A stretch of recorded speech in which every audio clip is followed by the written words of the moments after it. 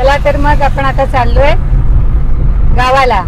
गावाला म्हणजे आपला प्रवास तर दापोली मंडणगड खेड इथपर्यंतच असतो. त्याच्या पुढे तर काय आपण जात नाही, कारण आपलं गावच तिकडे आहे. मग जा ना.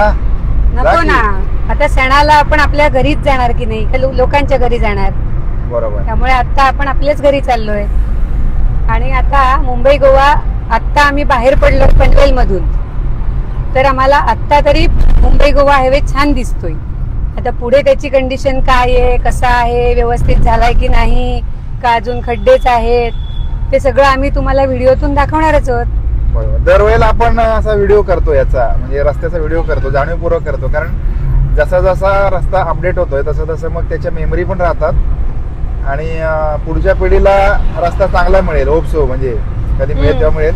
पण आता आपण टीका नाही करत कुणावरती, स्पेसिफिक बोलायचं झालं तर टीका नाही करत, पण जे काय असेल जेन्युइन सिच्युएशन असेल ती दाखवतो. याच्या म्हणजे जो प्रवास असतो तो, त्याच्यामुळे आपल्याला बरेच वेळा वाटतं की टीका करतो की काय. टीका नाही करत किंवा टीका नाही करायच्या, पण जसं अन्न वस्त्र निवारा या माणसाच्या मूलभूत गरजा आहेत, तसं रस्ता, वीज, पाणी या आहेच ना. त्यामुळे रस्ता जर प्रवास करायला चांगला असेल तर माणसाचा प्रवास सुखाचा होईल आणि लवकर पोहोचेल माणूस जागेवर. ज्या ठिकाणी पोचायचंय तो लवकर जाईल आणि सुरक्षित जाईल. हे महत्वाचं आहे. पण लोकांनाही विनंती आहे की रस्ता चांगला झालाय म्हणून तुम्ही 120च्या स्पीडला पळू नका. वाहतुकीचे नियम पाळा. बरोबर. आणि शांतपणे सगळं आपल्या फॅमिलीला घेऊन सुखात आनंदात निघालेल्या ठिकाणापासून पोहोचायच्या ठिकाणापर्यंत सुखरूप जा. बरोबर. कागदपत्र व्यवस्थित सगळी जपून आणि सगळ्या गोष्टी ठेवा. सगळ्याच गोष्टी, गाडीचं मेंटेनन्स आला, सीट बेल्ट आला, वाहतुकीचे नियम आले, सिग्नल्स आले, गाडीची डॉक्युमेंट्स आली, लायसन आलं, त्या सगळ्या गोष्टी क्लिअर पाहिजेत आपण कुठेही प्रवास करताना. त्याचबरोबर शक्यतो प्रवास हा दिवसाचा हवा, म्हणजे अकॉर्डिंग टू मी. खूप महत्वाचं. असं वाटतं की प्रवास तुमचा रात्रीचा प्रवास जास्त म्हणजे रहदारी नसते. बरेच लोक दिवसभर काम करून रात्रीचा प्रवास प्रेफर करतात, पण आम्ही असा प्रवास कधीच प्रेफर करत नाही. अगदीच इमर्जन्सी असेल तरच, अदरवाईज आम्ही सकाळी 6, 7, 8 अशा वाजता निघून 12, 1, 2 पर्यंत घरी जायचं असं प्रेफर करतो. बरोबर, हरकत नाही. पण प्रत्येकाच्या वेळेनुसार असतं. जग इतकं फास्ट झालंय ना की माणसाला वेळच नाहीये. ज्याला शक्य असेल तो सकाळी निघतो, नाहीतर लोक रात्री निघतात. ठीक आहे, कधीही जा पण सावकाश जा, सुरक्षित जा. आणि आता आपण आलोय कुठपर्यंत सांगू शकशील? शिरडोन सोडलं मला. शिरडोन सोडलंय आणि तिथपर्यंत आपण आलोय. बघा बरोबर, एक्झॅक्टली शिरडोन पर्यंत आलो आपण आता. काय बघा, आता आपण आलोय कर्नाळा खिंडी जवळ. आणि आज रस्ता तरी बऱ्यापैकी जाणारा, म्हणजे कोकणाकडे जाणारा रस्ता काय म्हणतो आपण, रहदारी मुक्त आहे. ट्रॅफिक नाहीये. पण मुंबईकडे येणारं बऱ्यापैकी ट्रॅफिक दिसतंय. असं का माहितीये का, कारण कोकणातील लोक आहेत ना, म्हणजे अकॉर्डिंग टू आता आम्ही लहानपणापासून बघतोय, गणपतीला गावी जातात, शिमग्याला गावी जातात, पण दिवाळी बघायला, मुंबईची दिवाळी बघायला बरेच लोक कोकणातून मुंबईकडे येतात. किंवा कॉलेजची मुलं तर जास्तीत जास्त येतच असतात बघायला. हे बघा, कर्नाळा पक्षी अभयारण्य. आणि रस्ता तरी छान आहे अजूनपर्यंत. एकदम मस्त, असं पोटातलं पाणी हलत नाही एवढा छान रस्ता वाटतोय. पण इथे टर्न खूप शार्प आहेत. त्यामुळे टर्न गाडी जपून चालवा, काळजी घ्या आपापल्या फॅमिलीची, स्वतःची. टर्न खूप शार्प आहेत आणि काय काय लोक खूप. पण इथे आल्यावर गावाला आल्याचा फील येतो, कारण टोटली अशी हिरवाई आहे सगळीकडे, वनराई आहे पूर्ण, खूप दाट झाडी आहे. हे बघा, छोटी छोटी माकडे आहेत, किती छान.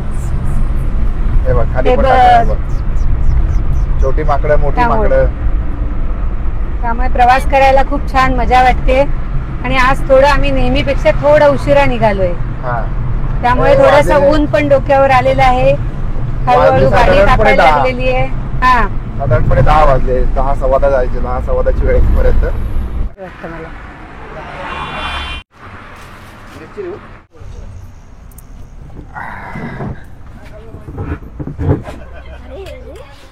चला आता आपण मिसळ खायला बसलो. वडापाव आणि मिसळ. पाय काढ.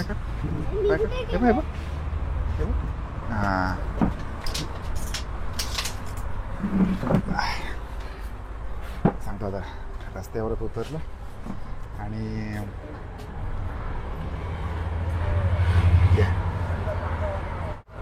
एकदम गरमागरम आहे ना.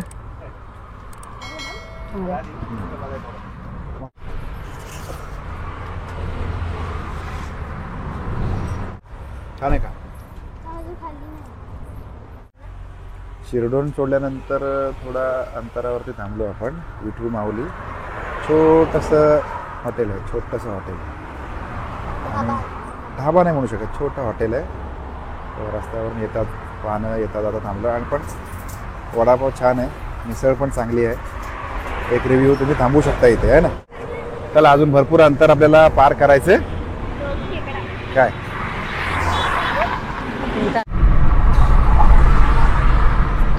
कुठे आलोय आपण आता. आता आपण एक्झॅक्टली आलोय खारपाडा टोल पर्यंत आलो. ओके. गोवा, अलिबाग, खोपोली, खारपाडा टोल पर्यंत. ओके. पण आज रस्ता छान वाटतो एकदम. इथपर्यंत चांगलाच आहे. म्हणजे आपण मागच्या वेळेला सुद्धा गेलो होतो तर हा रस्ता चांगलाच हे होता. नाही म्हणजे मेन ट्रॅफिक पण मला नाही. असं वाटलं की अडचण आपली थोडीशी होईल ती नागोठण्याच्या आसपास होईल अडचण. आपट्याला आलो. हा आपट्याचं आहे, सॉरी खारपाड्याचं नाही आहे. इथून पुढे खारपाडा ब्रिज येतो नंतर थोडं अजून पुढे गेलात की. तर आता आपण आपल्या डाव्या हाताला आहे खरोशी गाव आणि खरोशी गाव पेण तालुक्यामध्ये येतं. खरोशी गावाचं वैशिष्ट्य असं आहे की जसं जीवदानी देवी आहे, एकविरा देवी आहे, तसंच केळंबा देवी खूप जागृत देवस्थान आहे. म्हणजे अनेक लोकांना माहिती नसेल पण एकविरा आईप्रमाणेच केळंबा देवीचं जे देवस्थान आहे ना हे डोंगरामध्ये आहे आणि हळूहळू नावारूपाला येत आहे. म्हणजे अनेक लोकांना माहिती होतं. हा दूरशेत इथून गाव आहे. याच्या मागचा फाटा आहे. हा जो मागचा फाटा होता तो खरोशी फाटा होता आणि डाव्या बाजूला ते गाव आहे. आता इथून लांबून सुद्धा तुम्हाला ते दिसू शकत नाही पण त्या बाजूला आहे खरोशी. आणि छान आहे रस्ता खरंच. या वेळेला रस्ता खूप छान वाटतोय. बरं वाटतंय प्रवास करायला. इस्पात कंपनीच्या मागे तुम्ही जर का लेफ्ट घेताय तर तुम्हाला अलिबागला जाता येतं आणि जर का तुम्ही ओव्हरब्रिज पकडलात तर कोकणाकडे जाणार. रस्ता बघा, रस्ता एकदम सरळ सोट आणि अजिबात डायव्हर्जन नाही. म्हणजे आपण क्लीन अँड क्लिअर आहे. हा पुणे बँगलोर जसा हायवे बघतो ना तसा रस्ता एकदम सरळ सोट तुम्हाला दिसेल. दुतर्फा दोन्ही बाजूनी चालू आहे. असा रस्ता तळ कोकणापर्यंत झाला पाहिजे. म्हणजे ऍटलिस्ट मुंबई टू रत्नागिरी तरी असा झाला पाहिजे. म्हणजे कसं होईल, मेन जो आहे प्रॉब्लेम ना तो हाच प्रॉब्लेम होता आपला की सुरुवातीलाच रस्ता खराब आहे, रत्नागिरी पर्यंत मध्ये मध्ये असे प्रॉब्लेम्स आहेत रस्त्यावरती. म्हणून असा तो एक वेगळा विषय होता. पण रत्नागिरी पासून पुढे रस्ता चांगला आहे. हे बघा आम्ही मगाशीच रोडचं कौतुक केलं होतं. आता ही रोड चांगला आहे पण इथे रोडचं काम चालू दिसतंय.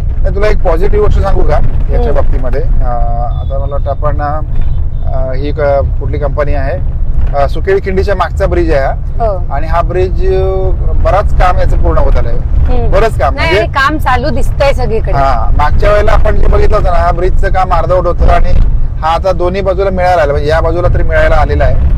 त्या पुढच्या बाजूला आता काय माहिती कसं कुठपर्यंत आहे. पण मला असं वाटतं की 4-6 महिन्यामध्ये किंवा पावसाळ्याच्या अगोदर आहे ना, पावसाळ्याच्या अगोदर हा फुल फोर्स मध्ये यायला हरकत नाही असं वाटतंय मला. काय माहिती आता कधी कसं काय होतंय पण होईल. मोस्टली काम याचं झालंय. 90% काम या बाजूने तरी झालंय. आता वरून एकदा डांबरीकरण वगैरे झालं की मग तुम्ही तर होऊ शकतं. म्हणजे काम फक्त होऊ शकतं याचं.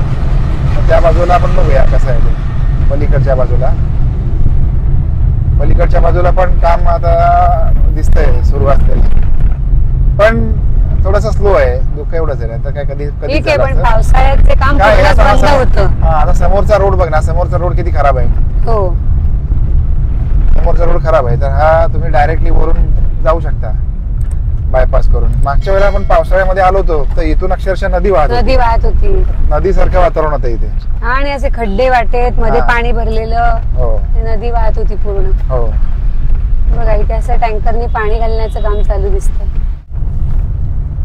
ओके तर आता हा ब्रिजचा अनदर एंड आहे आणि या दुसऱ्या एंडला आपण बघूया. नाही आणि मगाशीच काय- रस्त्याचं कौतुक केलं होतं, हा पण आता हा रस्ता बघा.